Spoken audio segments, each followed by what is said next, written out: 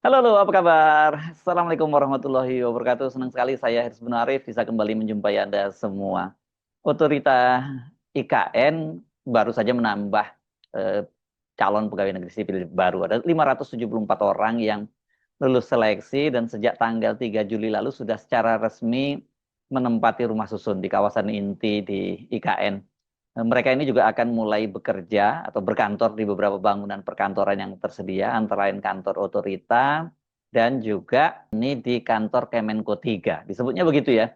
Ini nanti akan bergabung dengan sejumlah pegawai lain yang sudah ada di situ. Sekarang ini berarti sekitar sebutkan jumlahnya mencapai 1.170 orang pegawai di otorita itu. Namun ini sebelum mereka masuk ke rumah susun di IKN, sesungguhnya untuk kawasan di IKN ini, tentu bukan di kawasan intinya ya, itu sudah ada penghuni yang lebih dulu masuk ke sana. Nah, jangan kaget ya kalau mereka ini, para penghuninya itu adalah para PSK ya, wanita tunasusila lah disebutnya, pekerja seks komersial. Dan mereka ini ternyata datang dari berbagai daerah dan mereka mengadu peruntungan di IKN ini. Jumlahnya sangat banyak loh, sampai ratusan. Bahkan ini kalau yang berhasil dirazia saja sepanjang tahun 2025 ini kan baru bulan ketujuh ya, sudah ada sebanyak 604 orang pekerja seks komersial yang dirazia oleh petugas Satpol PP dari Kabupaten Penajam Pasir Utara. Tapi kalau saya googling lagi, sesungguhnya maraknya prostitusi di IKN itu bukan fenomena baru ya. Sejak tahun lalu soal ini sudah ramai diberitakan media. Besarnya demand karena ini kan banyak sekali pekerja yang jauh dari keluarganya, berbulan-bulan tinggal di sana begitu. Membuat para PSK melihat kawasan IKN ini sebagai pasar yang potensial. Ada seorang PSK bahkan mengaku ada yang bisa melayani sampai 8 pelanggan per hari, bahkan ada yang menyebutnya sampai 10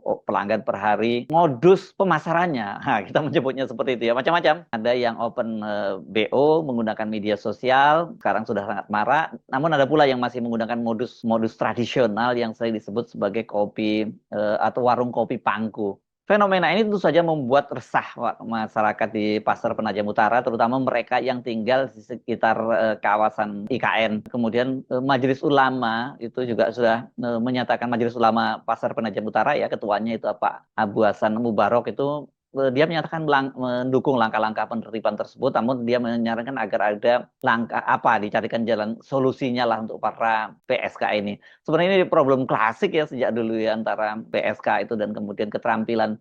Banyak di antara mereka yang ketika dibeli keterampilan ya akhirnya balik lagi karena memang nggak mudah berusaha di Indonesia ini, dan tekanan ekonomi membuat mereka ini banyak yang melihat bahwa ya menjadi pekerja seks komersial itu salah satu jalan keluar lah untuk mengatasi persoalan hidup mereka. Soal ini rupanya membuat kaget Menko PMK Muhaimin Iskandar yang ditanya wartawan ketika hari ini dia usai rapat kerja dengan DPR, dia menyatakan, wah gawat ini kata dia, gitu harus dicek kata Caimin.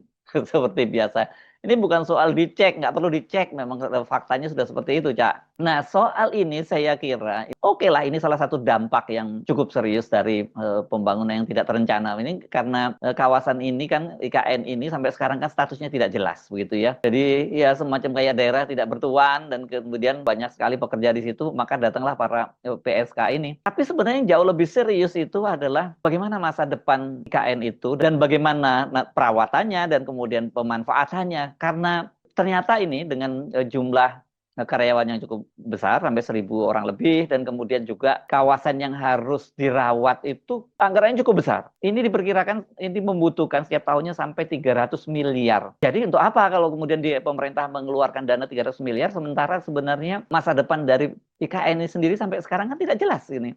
Ibu kota tetap masih sekarang di Jakarta, dan kemudian bangunan-bangunan di sana kalau kemudian katakanlah dirawat, ada pegawainya dan sebagainya, pemanfaatannya bagaimana? Ini kan benar-benar akan menjadi beban berat buat pemerintahan.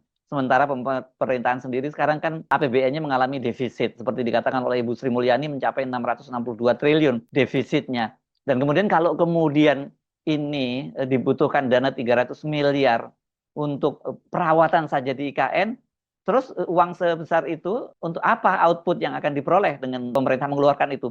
Saya kira betul-betul ini menjadi dilema, dan meskipun dibantah tidak akan bakal mangkrak, tapi kalau tidak mangkrak ya konsekuensinya pemerintah harus mengeluarkan biayanya itu.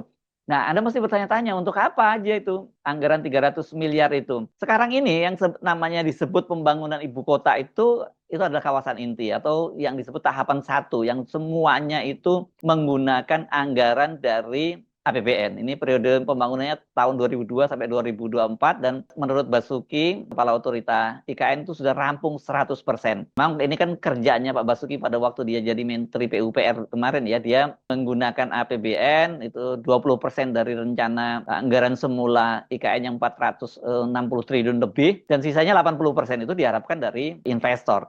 Tapi kan sampai sekarang ini investor tidak ada yang masuk. Kalau kemarin sempat ada groundbreaking yang dilakukan oleh sejumlah Taipan itu kan hanya untuk menyelamatkan wajah Jokowi, tapi setelah selesai groundbreaking ya mereka tidak melanjutkan ya ini jadi lagi-lagi jadi semacam groundbreaking yang mangkrak juga gitu. Yang selesai sekarang adalah perkantoran ya, termasuk istana dan sebagainya dan itu semua menggunakan biaya dari APBN. Tapi bagaimana sebuah kota itu kan infrastrukturnya bukan hanya perkantoran, dia juga harus ada infrastruktur pemukiman, perbelanjaan, rumah sakit, sekolah, hotel dan sebagainya. Ini yang harusnya menjadi mendukung dan membuat kota itu hidup gitu ya. Nah, sekarang untuk tahap satu aja ini ya, untuk kawasan inti saja. Jadi gedung-gedung penting di jantung yang rencananya katanya mau jadi ibu kota baru Indonesia itu sudah selesai. Nah, tapi kan kemudian kalau barang-barang itu sudah selesai kan diperlukan perawatan listriknya, kemudian kebersihannya, airnya dan sebagainya. Kalau tidak itu nanti akan jadi gedung mangkrak dan jadi kota hantu ya. Tapi untuk tidak jadi kota hantu dan pemerintah harus mengeluarkan anggaran sampai 30 miliar itu saya kira ini kan juga keterlaluan gitu ya. Dapat apa? Ini duit rakyat loh, jangan lupa ya. Sementara pemerintah katanya melakukan efisiensi di berbagai bidang. Apa saja sih ini infrastruktur yang sudah tersedia dan harus dirawat itu? Ini antara lain meliputi gedung dan kawasan kantor Kemenko, termasuk kantor-kantor pemerintahan dan fasilitas pendukungnya. Kemudian kawasan hunian seperti rumah susun yang ini ditempati oleh aparatur sipil negara itu. Kemudian ruang terbuka hijau, area-area hijau, taman, dan fasilitas rekreasi. Kemudian jalan, itu jaringan jalan utama dan pendukung yang menghubungkan berbagai area di IKN. Ada juga sistem penyediaan air minum, infrastruktur vital untuk pasokan air bersih. Ada lagi persampahan. Karena ini persampahan ini sistem pengelolaan limbah dan sanitasi kota. Jadi benar-benar ini costly ya. Ini semua membutuhkan biaya sementara jangankan ngomong pemasukan ya. Ini pemanfaatannya saja tidak jelas kan. Presiden tetap berkantor di Jakarta. Wakil Presiden juga seperti itu. Pak Jokowi yang katanya secara berkala akan datang ke sana sampai sekarang nggak pernah nongol-nongol juga ke IKN gitu. Harusnya ini kan Gibran lah ya setidaknya kalau bapaknya tidak datang ya Gibran lah sementara ini yang tinggal di IKN dengan begitu kan dia bisa mengontrol warisan bapaknya ini untuk segera diselesaikan pembangunannya. Jadi ini saya kira soal PSK tadi, pekerja seks komersial itu satu hal, itu masalah sosial yang bukan berarti ya itu jadi soal yang nggak terlalu penting. Itu juga soal yang meresahkan buat warga yang ada di sekitar situ. Tetapi persoalan lain itu adalah yang sekarang ini menjadi isu besar pemerintah itu adalah soal anggaran ya. Kalau kemudian sampai diperlukan anggaran 300 miliar itu pertanyaannya tadi tuh anggarannya dari mana dan kemudian manfaatnya apa dengan mengeluarkan dana 300 miliar. Ini betul-betul semakin menunjukkan bahwa apa yang dilakukan oleh Jokowi itu hanya menjadi beban pemerintahan Prabowo dan juga beban rakyat Indonesia. Coba bayangkan 300 miliar itu kalau digunakan untuk hal-hal lain kan jauh lebih bermanfaat sementara kehidupan rakyat semakin sulit. Jadi bayangkan angka 300 miliar itu hanya untuk membiayai perawatan dari obsesi Jokowi yang nggak keruan juntrungannya itu. Jadi kalau kemudian sekarang orang menyalahkan apa-apa kok Jokowi ya memang itu yang terjadi sekarang ini pemerintahan kita beban keuangannya makin berat dan sebagainya itu adalah warisan dari Jokowi. Belum Anda tadi mungkin yang tadi pagi menyimak perbincangan saya dengan ahli fiskal Aurel Rizky tentang kondisi keuangan kita, ini situasinya mengerikan. Kita bisa menuju negara gagal bayar kalau kemudian tidak dilakukan langkah-langkah efisiensi. Jadi saya kira ini kalau kemudian harus dilakukan langkah-langkah efisiensi, ya apa boleh buat anggaran dari IKN itu yang harus dipangkas lebih dulu dan konsekuensinya tentu saja ini bangunannya kan menjadi bangunan mangkrak. Ini betul-betul IKN ini memang menjadi buah si malakama karena anggaran yang masuk juga sudah sangat besar.